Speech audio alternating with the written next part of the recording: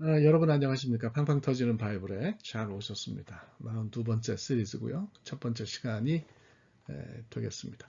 이삭 얘기를 계속 할 텐데요. 이삭 얘기를 좀 하기 전에 리브가의 기도에 나온 두 아들 이야기를 잠시 좀 먼저 하고 넘어가면 좋을 것 같아요. 그래서 에서와 야곱이 좀 어떤 사람이었는지 생각을 하면 좋겠고요. 오늘은 우선 에서에 대해서 생각을 해보도록 하겠습니다. 두 시간에 걸쳐서 에서를 다루고요. 그 다음에 이제 야곱을 좀 다루고 그리고 다시 이삭으로 돌아가도록 하겠습니다. 그래서 오늘은 에서는 어떤 사람이었는가 첫 번째 시간을 함께 갖도록 하겠습니다.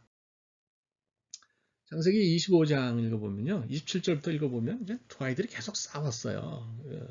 그 창세기 본문을 보면 그 아이들이 장성함에 이제 장성하다 가달이라는 단어는 커서 자기 직업과 인생의 방향을 결정할 때 이런 단어를 쓴다. 제가 한번 말씀드린 것 같아요. 또 실제로 모세도 그래. 모세도 장성해서 이 사람이 이제 나이 40이 되니까 그 히브리 사람을 위해서 살아야 될지 애굽의 왕자로 살아야 될지 결정할 때가 되어서 결정했잖아요. 그처럼 이제 이 아이들도 장성해서 결정을 한 거죠. 에서는 사냥꾼이 됐고요. 야곱은 사냥꾼이 아니고 집에서 주로 이제 있는 사람이 되었는데 야곱이 조용한 사람이었다. 이거는 이시탐이라고 하는 말은 좀 번역이 잘못됐어요. 뭐 조용한 사람은 뭐 또 집에 있나요? 그러니까 이제 그런 건 아니고요. 이거는 나중에 좀 더 자세하게 설명하도록 하겠고, 이건 아주 오역 중에 대표적인 오역이다. 저는 그렇게 생각합니다. 하여간 두 사람은 뭐 계속해서 싸웠어요.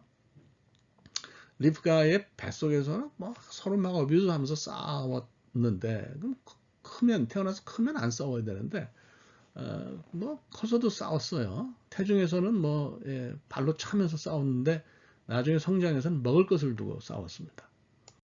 그래서 이제 다 커서 그들이 이제 죽전쟁을 벌이는데요. 이게 창세기 25장의 핵심이죠. 두 사람 이야기에서는 핵심이에요. 먹을 거리는 뭐 중요하죠. 누구나 다 먹고 살아야 되니까요. 근데 이스라엘 사람들은 굉장히 예민했어요. 그래서 나중에 이제 지금은 아니고 요 창세기 본문에서는 아니고 나중에 레위기가 쓰여질 때쯤에는 그 음식법이 나오잖아요. 그래서 먹을 것을 통해서 그들이 하나님 선택하신 선민임을 표현했죠. 그러니까 타민족이 먹는 것을 먹지 않음으로써 자기들만이 하나님 선택한 족속이라는 것을 이야기를 했어요. 그래서 이런 음식법이 사실 그 신약을 보면 초대교회의 딜레마였어요. 처음 기독교인들은 그 주이시 크리스천이죠. 그러니까 다 유대인이면서 기독교인이어서 율법을 지키는 게 어렵지 않았는데 이방인들은 율법 지키는 게 힘들었거든요. 그러니까 그들처럼 너희들도 음식법 지켜라. 이거는 복음을 전하는데 방해가 되는 거죠. 그래서 하나님이 베드로에게 요바에서 환상을 보게 하시고 그 뭡니까? 음식법에서 금지하는 음식도 다 먹으라고 하신 것도 어떤 그런 걸 우리가 읽을 수 있는 부분이기도 해요. 어쨌거나 음식과 신앙 굉장히 이제 그 이스라엘 문화뿐만 아니라 다른 문화에서도 다 연결이 되는데요. 사실 뭐 에서와 야곱이 벌인 죽전쟁은 시간적으로 음식법하고 멀리 떨어져 있으니까 뭐 이거는 관계가 없다고 보여지는 거죠. 그래서 죽 자체가 뭐냐 이걸 놓고 분석할 일은 없고요. 사실 제가 볼 때는 이 싸움은 음식 자체보다 그것으로 대변되는 가치관의 싸움이었다. 이렇게 말씀을 드릴 수가 있을 것 같습니다. 그러니까 한쪽은요. 음식을 먹기 위해서는 무슨 짓이라도 할 수 있다. 뭐든지 다 내놓을 수 있다. 이런 생각이에요. 그러니까 굉장히 가변적 진리. 칼 막스가 얘기한 것처럼 진리가 가변적이다 할 사람이 그런 얘기를 했는데 가변적 진리를 주장하는 거다 이렇게 이제 볼 수도 있는 거죠. 그러니까 아주 뭐 굉장히 재미있습니다.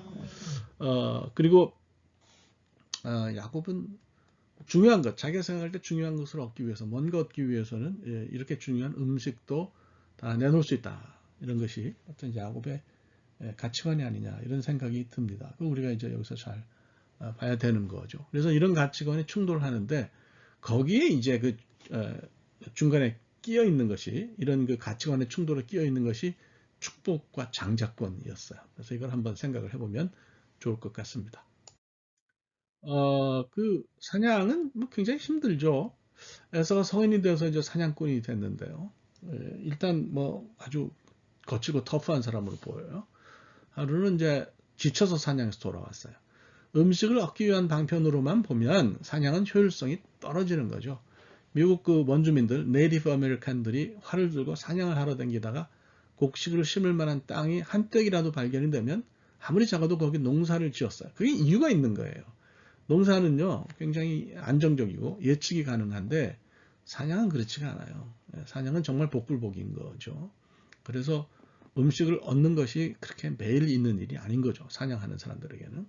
아마 그날에서가 그러지 않았나 싶어요. 그래서 이제 소득 없이 집에 돌아왔는데 너무 배가 고픈데 야곱이 요리를 한단 말이죠. 죽을. 그래서 그걸 좀 먹겠다고 이제 나선 거죠. 야곱이 만든 죽은 하아돔 하아돔이에요. 이게 정관사가 두 번째로 들어가는데 한글엔 뺐는데 하아돔 하아돔. 아니 왜 아돔을 두 개씩이나 넣었을까?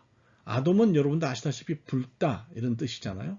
그래서 에서도 붉은 사람이고 에서의 후손인 에돔도 붉은 사람이고 또 이것이 단어가 연결되는 아다마 땅도 붉은 색깔이잖아요. 그래서 이게 붉은 게 두 개 들어가 있어요. 붉다 붉다예요. 그러니까 우리말로는 죽으로 번역했지만 붉다 붉다죠. 그래서 학자들이 연구를 해가지고 앞에 아돔은 붉은색을 나타내는 형용사처럼 이해를 하고요. 그 다음에 뒤에 아돔은 수프나 뭐 스튜나 이런 음식 요리의 형태로 이제 이해를 합니다. 우리말로는 죽으로 번역했는데 이게 죽인지는 모르겠어요. 하여간 뭔가 붉은 빛깔을 가진 음식이었다 이렇게 생각하시면 될 것 같고요. 수프나 뭐 스튜다 뭐 그건 뭐 좋습니다. 근데 이제 모르겠어요. 에서가 자기가 온통 뭐 붉은 사람이고 온몸에 뒤집어 쓴 털이 붉으니까 뭐 그 음식을 좋아했는지 뭐 그거는 잘 모르겠습니다. 뭐 그건 잘 모르겠는데 하여튼 좀 그걸 달라 그러죠. 야곱이 뭐 그냥 주겠어요. 어떤 사람인데 그 대신에 주는데 장자권을 양도하라 그러죠. 근데 재미있는 거는요. 둘이 하는 얘기가 다 반말짓거리의 명령형이에요.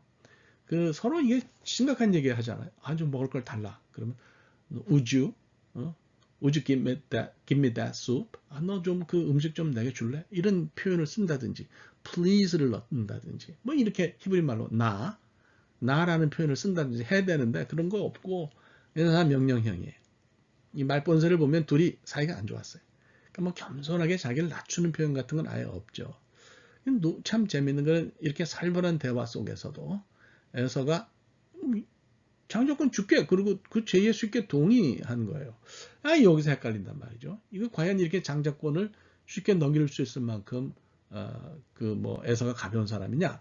또 장자권의 의미가 없는 거냐? 이런 의미로 우리가 가질 수 있는 거죠. 실제로 뭐 에서가 바보가 아니잖아요.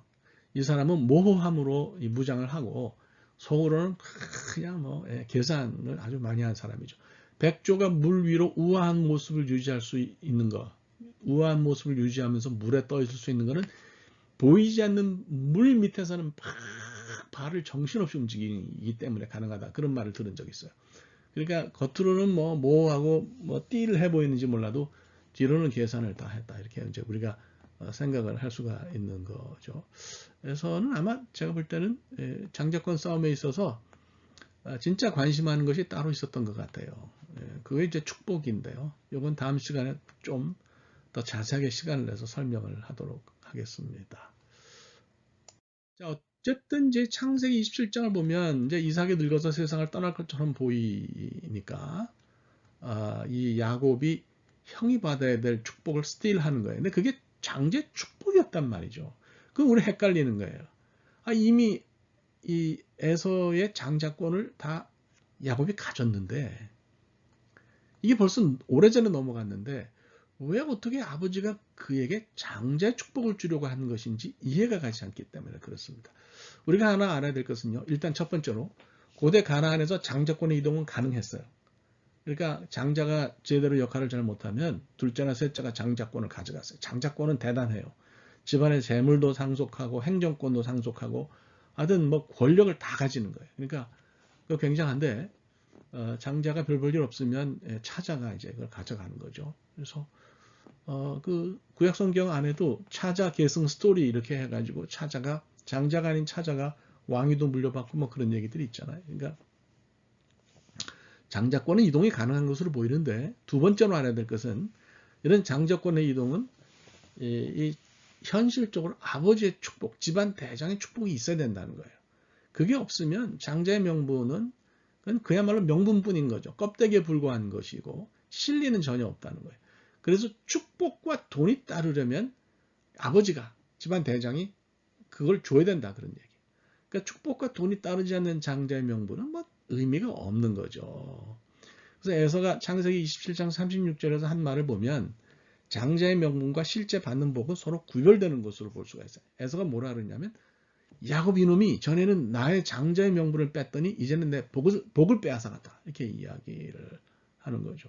그러니까 장자의 명분이 야곱에게 넘어갔다 하더라도 아버지 축복만 받을 수 있으면 실질적으로 장자가 누리는 물질적인 복은 자기 것이 될 수 있다.